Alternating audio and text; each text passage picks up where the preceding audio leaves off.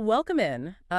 Let's talk about you for a second, Let's do it. because you are out there navigating a really busy life, probably juggling a dozen different Well, responsibilities. at least a dozen. Right. And if you're anything like the rest of us, you are constantly on the hunt for that next great aha moment. That spark. Exactly. You want to understand the world and understand yourself a little bit better, but without getting completely bogged down by, information overload. Or dense, unreadable jargon. Nobody has time for that. Nobody, which is exactly why we're here today. We have a truly fascinating deep dive for you, drawing from this. It's a deeply introspective document, simply titled Talks with My Higher Self.pdf. It really is a remarkable piece of writing to unpack. And I should say right up front, if you approach this expecting a standard step-by-step self-help manual. Because it gives you like 5 habits for a highly productive morning. Yeah, exactly. Those kinds of books. If you expect that, you're going to be surprised. It is actually a philosophical collection of poetry and prose. Which is such a refreshing format. It really is. It doesn't offer a rigid checklist for life. It offers reflections. And it asks a lot of the reader in terms of interpretation. Okay, let's unpack this. Our mission for this deep dive is to decode those exact poetic reflections. And there's a lot to decode. There is. We are going to journey all the way from the literal quantum mechanics of our own mindsets. Which is a wild leap, by the way. A huge leap. All the way to the heavy emotional lifting we do in our closest relationships. We really want to extract the core wisdom from this collection that you can actually take and apply to your own life today. Right now. Right now. And the work actually sets the rules of engagement right away in a poem called Not a Map, but a Mosaic. I love that title. It's so good. There is this explicit instruction in it not to look for a start or a finish line. We are told to read it, quote, like you would a morning breeze. Like a morning breeze. Yeah, and it's described as a scatter of stars in a midnight sky. Which perfectly sets the tone. Approaching knowledge as a mosaic rather than a rigid map is the perfect mindset for today's exploration. How so? Well, think about how we usually consume information. When you look at a map, you are inherently stressed about the destination. Oh, absolutely. You're constantly calculating the fastest route. Right, looking out for roadblocks, feeling behind schedule. But a mosaic requires a completely different posture. It's about stepping back. Taking in the whole thing. Exactly. It is about seeing how all these disparate, sometimes broken pieces come together to form a complete picture over time. The collection notes that these thoughts are not meant for the order, but to be whole. Not meant for the order, but to be whole. I like that. It is an invitation to just let your mind roam and see what patterns emerge. I think we could all use a little more roaming and a little less route calculating. Definitely. So let's look at the first piece of this mosaic, and this deals with something almost everyone listening can relate to. Burnout? Burnout, the universal struggle of burning out because you were doing way too much for other people. A tale as old as time. Truly, this is tackled head-on in poems like Fill Your Own Cup and Guilt in the Mirror. There's this incredibly stark line about carrying the weight of others until you are hollowed out. It's a very visceral image. And the realization that you have to stop playing doctor to wounds that aren't yours. This raises an important question. Why do we feel so much guilt when we finally try to care for ourselves? That's the million-dollar question, isn't it? It is. There's a profound psychological friction there. We often feel guilt, gnawing at our edges, just for choosing to take a breath. Yeah. But the metaphor of the empty vessel is brought in to counter that.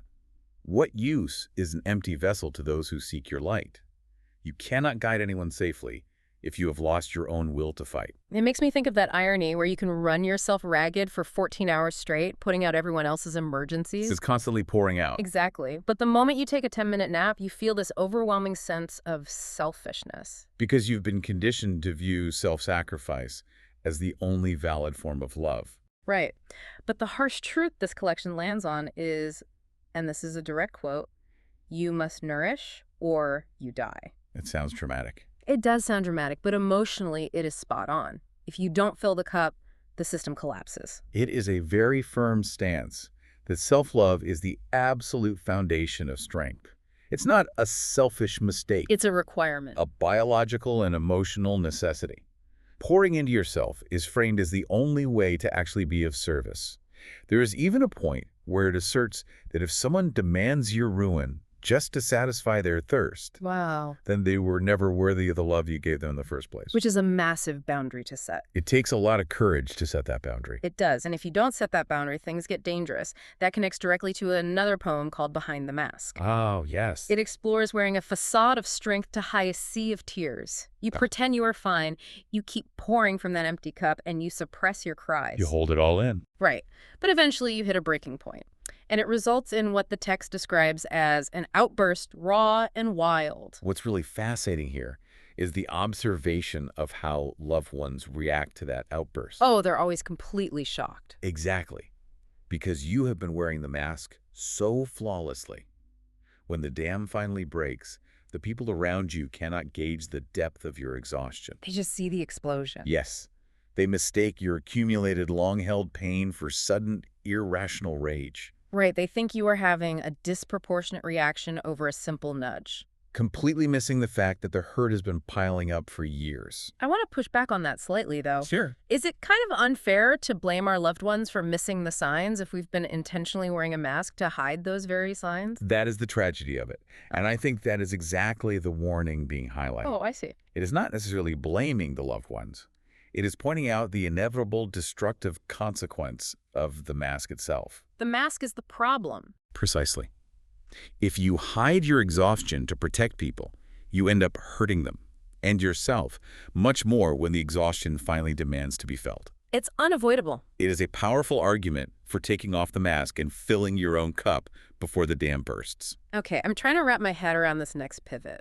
Because we go from setting emotional boundaries and dealing with burnout to suddenly talking about the literal fabric of the universe. Yeah, this is a massive leap. Here's where it gets really interesting. In a poem called Inhale the Universe, the rhythm of breath is framed as a bridge to the cosmos. It's as a heartbeat echoes the stars' gentle glow. How do we make that jump? It is a bold leap, but it works because the cosmos and physics are frequently used here to explain the internal human experience. Okay, break that down for me. We see this explicitly in a piece titled Fragments Across Time with Science. Quantum mechanics is actually used as a metaphor for life itself. Quantum mechanics? Yes. The concept of moments and possibilities existing in a state of superposition is introduced, like particles in a quantum field that exist in all possible states at once. Wait, before we lose anyone, let's break down superposition. Good idea.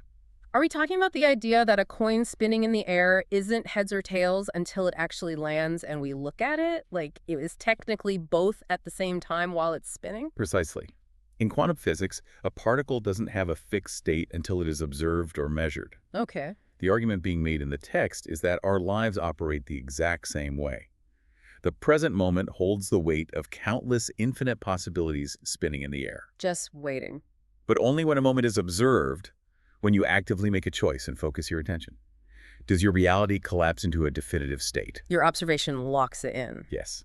Your life becomes effective and corrective only through your active participation and observation. So if reality functions like a quantum field and your observation collapses the possibilities into your actual life, then what you focus on is literally everything.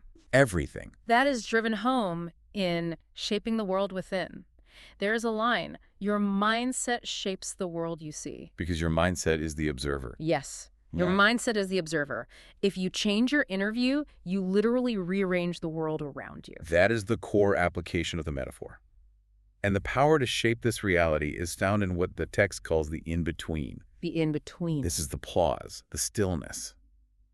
In this subtle pause, existence heals, and infinite possibilities never cease. It's that moment before you react. Exactly. It is an invitation to stop rushing, to sit in the quiet and recognize that before you react, before you observe and collapse the wave into a single reality, anything is still possible.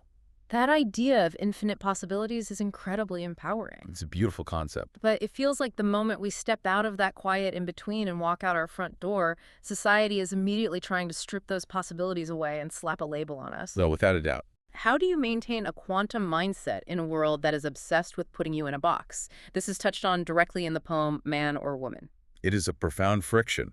There is a strong pushback in that poem against the idea that identity can be distilled into fixed, unchanging terms or societal labels. Because labels are the opposite of infinite possibility. Right. How does one define the self in a world of shifting views? The answer provided is that true identity lies much deeper than physical or social categories. It lies in the observer of thoughts. There's that observer again. Exactly. The silent witness of what it means to truly be. Identity is found through self-expression, and the world's boundaries and limits are not your own. You are self-defined. Only you can write that page, as the poem says. Yes. And if we don't write our own page, we let society do it for us, which leads to some incredibly dark places. If we connect this to the bigger picture, the focus transitions from personal identity into a much broader critique of society in the poem Oppressed. That one hits hard. It does.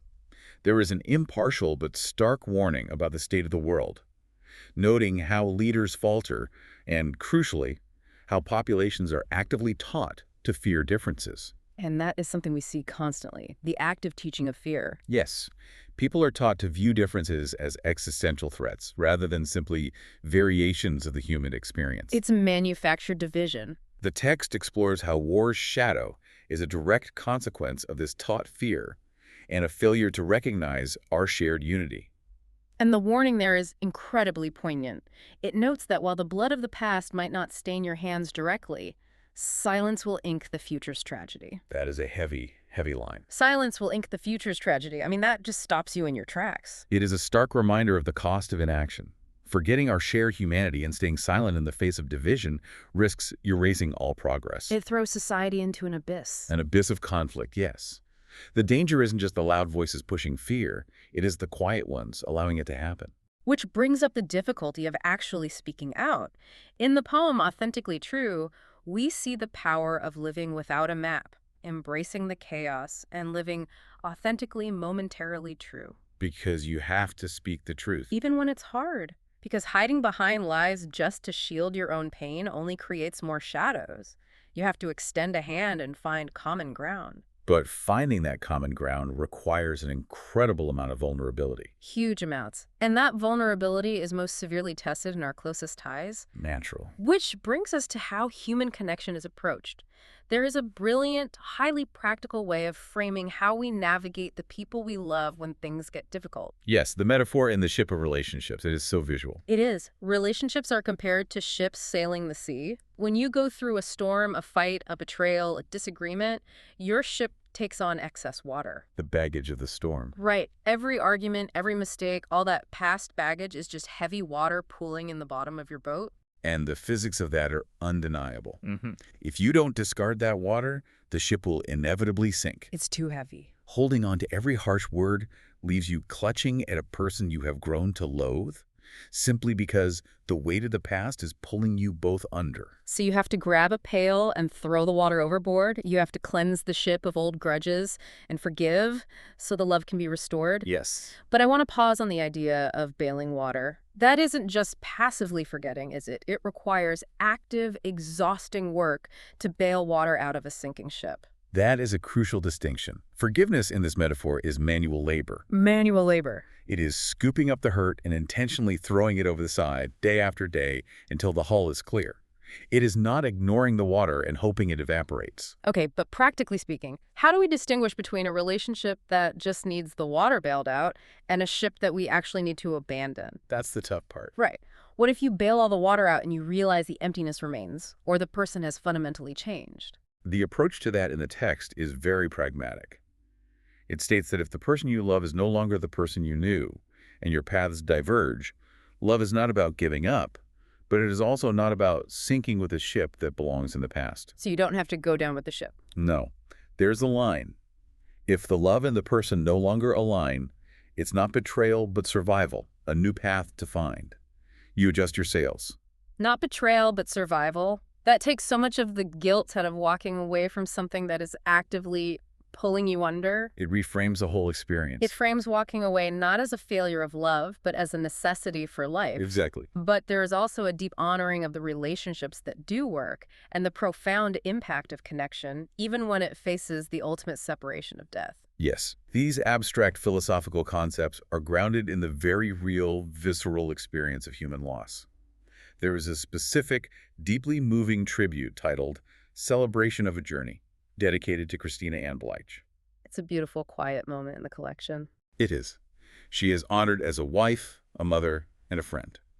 And what is most striking is how this tribute connects back to the themes of quantum connection and energy that we discussed earlier. Oh, so? It asserts that death is not the end of her story. It proves that those who touch lives profoundly live on through the love they've sown. They live on in the people left behind. In the hearts they have forever touched, they never truly die. The journey is celebrated, not judged, and the essence of that person remains entangled with the living. The love just changes form, it doesn't disappear. No, it just transforms. That is a beautiful way to look at grief and legacy. It forces you to look at your own life and ask what kind of energy you are entangling with the people around you. Absolutely. So I've covered burnout and empty cups, quantum reality, and the in-between, the danger of societal labels and silence, bailing water out of our relationships, and the lasting legacy of love. That is a lot of ground. So what does this all mean? How does all of this tie together? The synthesis of all these ideas is found in a recurring motif throughout the entire work, and that is the concept of fragments. Fragment. We see it everywhere, in titles like Fragments of Reality, Echoes of Fragmentation, and the Epilogue of Fragments. There is a definite obsession with pieces, shards, and remnants. Because there's an active rejection of the idea that we should be seeking a flawless, unbroken existence, the illusion of a perfect, smooth reality is totally discarded. Nobody has a perfect reality. Right. In one of the most striking metaphors we've seen, life is described as being like piecing together a puzzle you have never seen while looking backwards through a mirror. That sounds impossibly frustrating. It sounds like a nightmare. But honestly, that is exactly what life feels like most days. You don't get the picture on the front of the puzzle box. Everything is flipped and confusing, and you are just blindly trying to make two pieces fit together. Exactly. And the difficulty of that is embraced. Well, It acknowledges that we fold under the weight, that we are easily hurt like creaseless paper, but that we need to find beauty in the blur. the beauty in the blur. The broken fragments of your life, your past mistakes, your failed relationships, your burnout, they aren't garbage to be hidden. They're just raw pieces waiting to be rearranged into a new mosaic. It's all just material for your story. Yes. In the poem, The Unwritten Story, that point is driven home. You hold the pen. If you don't know the end of the story yet, it isn't yours to judge right now. You're still writing it. And my absolute favorite concept here, if you don't like the plot of your life, you don't destroy the character, you just write a new chapter. You turn the page. You grab the pen and you change the narrative yourself. It is a profound call to personal agency. Hmm. The realization is, my story is just beginning, my character's still being shaped, broken, I'm just getting started. It is a complete reclamation of the self. Broken. I'm just getting started. What an incredible energy to carry forward. It really is. When you step back and look at the whole mosaic we've just explored, a few things really stand out. First, remember that you absolutely must fill your own cup, or you risk drowning the people you love when your mask of strength finally slips. Crucial point. Second, you are the quantum observer of your life. Your mindset is actively shaping the reality you experience. You are collapsing the wave. Third, if your relationship is taking on water, do the hard work of bailing out the bitter arguments, but don't be afraid to adjust your sails if survival demands a new path. Survival, not betrayal. And finally, your broken fragments aren't a sign of failure, they're just the raw materials for your next chapter. It really is a comprehensive philosophy for navigating the noise of the modern world, delivered through a very timeless medium. It really is. We want to thank you directly for taking this time out of your busy day to step back, breathe, and reflect on these concepts with us. We know how loud and demanding the world can be. And choosing to spend your time exploring the in-between is a powerful choice for your own growth. And building on that idea of choice and the quantum theme we discussed, here's a final thought for you to mull over. Let's hear it. We talked about how, in the quantum realm, infinite possibilities remain spinning in the air, entangled, just waiting until they are observed. So as you walk away from this deep dive today, ask yourself, what reality are you actively choosing to collapse into existence just by deciding where you focus your attention right now? Such a great question to leave on. Keep learning, keep exploring, and keep writing your story. We will catch you on the next deep dive.